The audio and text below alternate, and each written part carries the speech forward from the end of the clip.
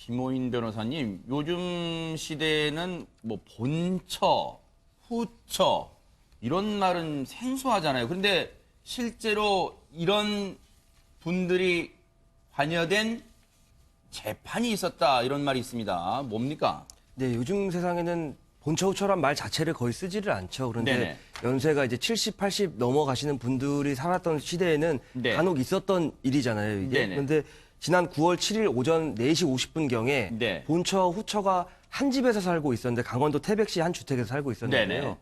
어느 날 이제 이 새벽 시간에 80대 여성 본처가 이제 80대셨는데 네. 둔기에 맞아서 이제 피를 흘린 채로 사망한 채로 발견이 된 거예요, 허허. 그 집에서. 근데 그 후처도 같이 70대인 후처가 같이 살고 있었는데 이 후처가 이웃을 통해서 신고를 합니다. 그래서 본처와 후처가 같은 집에 살고 네, 있어요? 참 특이한 경우죠. 어허. 근데 이 자세한 뭐 내용은 뒤에 설명을 드리겠지만 네. 일단은 그 후처가 본처가 피 흘리고 사망한 걸 발견을 해서 이웃을 통해서 112에 신고를 하는데요. 네. 이제 현장에 출동한 이제 119와 112가 도착을 했는데 알고 보니 네. 그 범인은 이제 신고를 했던 후처였던 겁니다. 아, 그래요?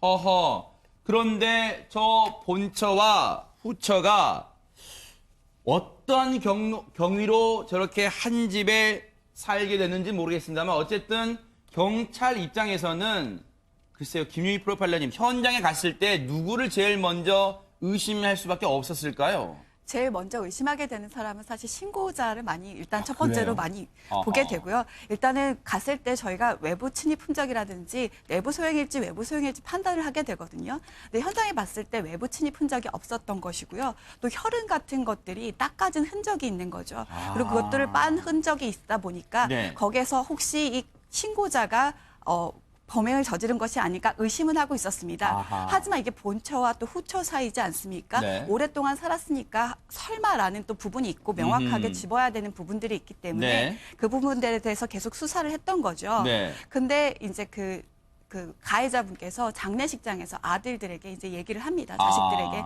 내가 범행을 저질렀다고 얘기를 했고요. 그래서 이제 그 경찰에 그것들이 아하. 자료가 넘어갔고요. 범행에 사용된 둔기도 그 감자 상자 속에서 발견이 됐습니다. 아하.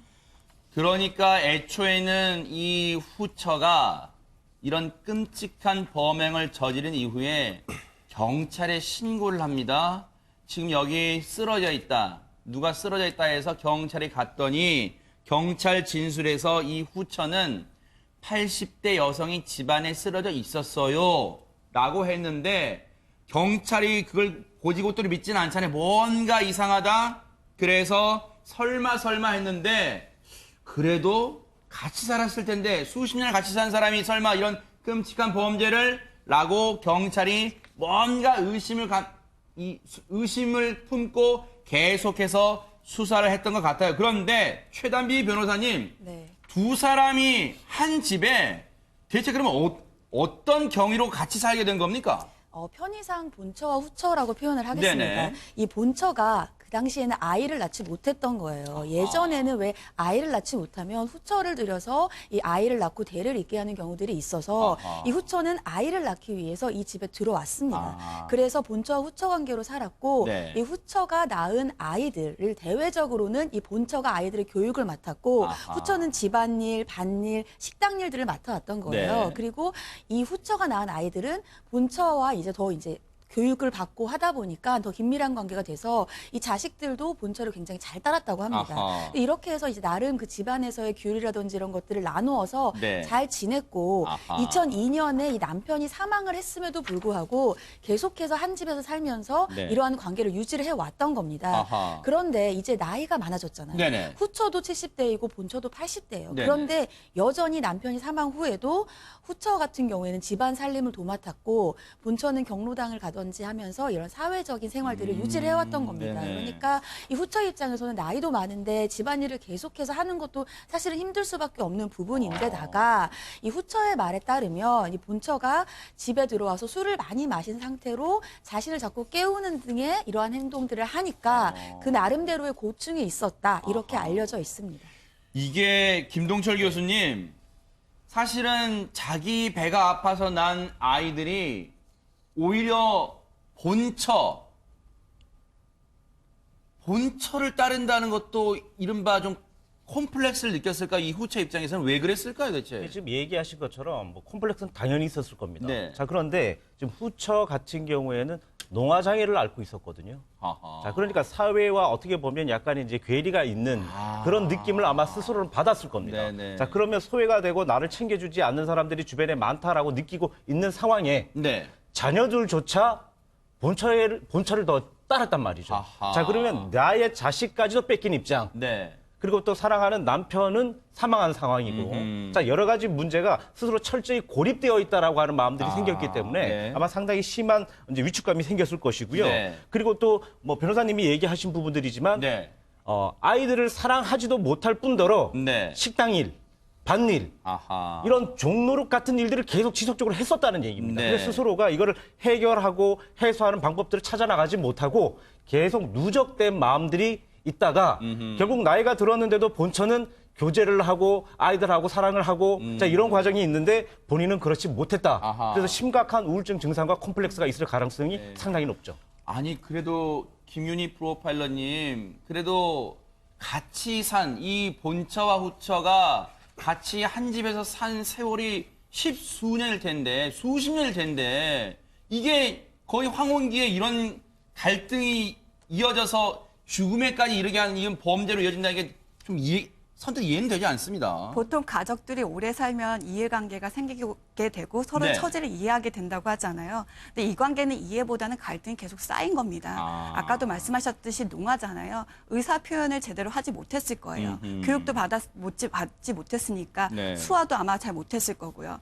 그렇다면 자기 의사 표현을 하지 못하고 계속 참아오는 거죠. 네. 그것이 누적이 되는 거고요. 네. 그다음 누군가와 교감하면서 공감하면서 자기 정서를 풀어나갈 시간이 없었을 겁니다. 아하. 그렇다면 본처가 항상 대하는 태도에 대해서 불만은 있지만 그걸 네. 표현하지 못하는 거죠. 아하. 똑같이 그분들도 교육받지 못하지만 그분들도 감정들은 다 느끼고 정서는 느낍니다. 네. 그것들 풀 수 없게 되면 그것은 쌓일 수밖에 없고요. 그건 일시적으로 한순간에 아주 폭발적으로 분노로 또 변하기 때문에 이런 잔혹 범죄가 나올 수 있습니다. 그럴 수도 있겠군요. 그런데 최단비 변호사님, 물론 이 범죄는 용서받을 수는 없지만 이 본처와 후처의 이 삶, 인생 모두 참 기구하다 그런 생각도 해봅니다. 네, 맞습니다. 그래서 한편으로는 피해자라고 볼 수 있는 자녀들이 법정에 나와서 선처를 구했습니다. 그래요? 이 선처를 구한 내용을 좀 보면은요. 네네. 물론 벌을 받아야 하지만 충분히 후회와 반성을 일단 이 후처가 하고 있다. 그리고 오히려 이 김동철 위원님께서 말씀하신 것처럼 가족으로부터 소외돼 외롭고 고독한 일생을 살았던 이 어머니에게 자식들이 죄책감이 든다. 왜냐하면 이 자식들이 어머니는 농아이기 때문에 이러한 의사소통을 잘하지 못해서 오히려 본인을 낳아주지 않은 본처와 더 긴밀한 관계를 유지했고 그러니까 어머니는 고립돼 있었던 거예요. 여기에다가 평생 제대로 된 교육도 받지 못하고 살아오셨는데 형기를 마치고 교육을 받으시고 더 넓은 세상을 보며 살아가셨으면 하는 바람이다라면서 재판부에 선처를 구했고요. 네. 변호인도 네. 피해자 유족이 처벌을 원치 않고 한순간에 잘못된 판단으로 우발적인 범행을 저질렀기 때문에 선처를 해주시기를 바란다라면서 재판부에 선처를 요청했습니다. 아, 참, 글쎄요. 이 자식들도 그 자신들이 잘 따랐던, 정말 이 친근감을 갖고 따랐던 자신들을 낳아주진 않았지만 본처 이 엄마를 따랐던 이 자식들이 오히려 그 법정에서 우리 엄마, 저를 낳아준 이 엄마, 그러니까 여기서는 이 편의상 후처라고 할게요. 이 엄마를 용서해 주세요. 탄원서를 낸 거예요. 그동안 저희 자식들도 엄마한테 불효를 했습니다라고 눈물의 탄원서를 냈습니다. 그런데 1심에서요. 지난해 12월 13일 이 공판에서 일단 검찰은 징역 12년을 구형을 했는데 잠시 뒤에 재판부의 판단은 들어보기로 하고요. 김동철 교수님, 증인에서 이 법정에서 증인으로 선 자식들의 심정은 또 오죽했을까 이런 생각도 해봅니다. 이게 보통 낳은 어머니, 네. 기른 어머니. 지금 이제 피해자는 사실은 가해자가 돼버린 상황이거든요. 사실 그 어머니는 피해자면서도 나중에 가해자가 되었기 때문에 이 자녀들이 보는 입장에서는 아마 상당히 마음이 아플 겁니다. 자, 사실 큰 죄는 지었지만 사실 저의 개인적인 생각은 네. 어머니가 큰 죄는 지었지만 네. 그래도 어머니에게 남은 여생 효도를 해야 되지 않을까라는 생각을 하고는 있고요. 그리고 이제 가신 어머니에 대한 애통한 마음 분명히 있을 겁니다. 네. 자, 그러나 그래도 어머니가 둘이었기 때문에 네. 다행이라고 생각을 하고 그리고 이런 일들이 앞으로는 일어나지도 않아야 되겠지만 자녀들은 다시 한번 이런 기회로 네. 한번 생각을 좀 깊이 해야 될 거라고 생각을 합니다. 그러니까 우리 김동철 교수님 말씀처럼 그 표현이 제일 이 사건에서는 적절할 것 같아요. 낳은 어머니 그리고 기른 어머니 두 어머니를 둔 자녀들이에요. 그런데 이 김호인 변호사님, 앞서 검찰은 이 낳았던 어머니에게 징역 12년을 구형을 했습니다. 실제 재판부의 판단은 뭐였을까요? 재판부는 1심 재판 죄송합니다. 1심 재판부는 징역 6년을 선고를 했는데요. 양형 사유를 들여다보니까 아이를 낳지 못한 피해자를 이제 아까 자식들이 더 따랐다고 했잖아요. 그러니까 그 자식들이 선처를 구하고 있고 또 시대가 낳은 사실 비극이라고 볼 수 있는데 이런 살아온 이야기를 참작을 했다. 그러나 다만 범행의 수법이 잔혹한 점은 부인할 수 없고 피해자가 고령으로 80대 후반이라고 아까 저희가 말씀드렸는데요. 범죄에 취약한 이 피해자를 살해한 점에 대해서는 당연히 처벌받아 마땅하다라고 해서 최종 징역 6년을 선고했습니다.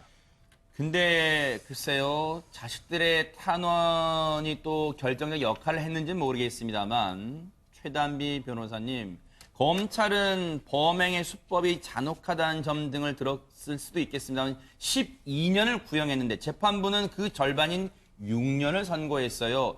이걸 어떻게 혹시 받아들일 수 있을까요, 시청자분들은? 일반적으로는 이제 검찰의 구형량보다는 재판부의 선고 형량이 낮은 거는 맞지만 이렇게 절반 가까이를 선고를 했을 때에는 아무래도 이 피해자 아들들이 진심으로 법정에서 선처를 요구한 것도 크게 작용을 했고 예. 두 번째로는 살아온 삶을 반영을 한 거죠. 법이 살아온 삶을 그냥 반영하지는 않고요. 이 범죄가 계획적이었느냐를 볼 때 이제껏 그렇게 오랜 시간을 참고 함께 잘 살아왔는데 네네. 이렇게 이런 장기간 이후에 갑자기 살인을 하려는 계획이나 고의가 있었다고 보기는 어렵고 우발적이라고 보는 데 있어서 이러한 후처의 기구한 삶을 반영한 것으로 보입니다. 그러니까요. 글쎄요, 앞서도 말씀드렸지만 죄는 밉습니다만 글쎄요, 이 낳은 어머니, 기른 어머니에게 과연 누가 돌을 던질 수 있을까, 또 그런 생각도 한편으로 또 그런 생각이 드는 사건이었습니다. 안타깝네요. 씁쓸합니다.